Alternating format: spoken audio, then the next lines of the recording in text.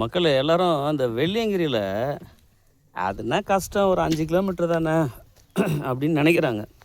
உண்மையாகவே கஷ்டம் என்னென்னா, இந்த இறங்கி போகிற வழியை நீங்கள் பாருங்கள். தெரியுதுங்களா வழி? நீங்கள் மேலேருந்து இறங்கும் பொழுது உங்கள் 2 காலம் கிடுகிடுன்னு நடுங்கும். ஒரு ஸ்டெப்பு மாற்றி கீழே வச்சா கூட கால் ஸ்லிப் ஆயிடுச்சுன்னா இங்கேருந்து நம்மளை யாரும் தூக்கினே போக முடியாது. இதுதான் மக்கள்.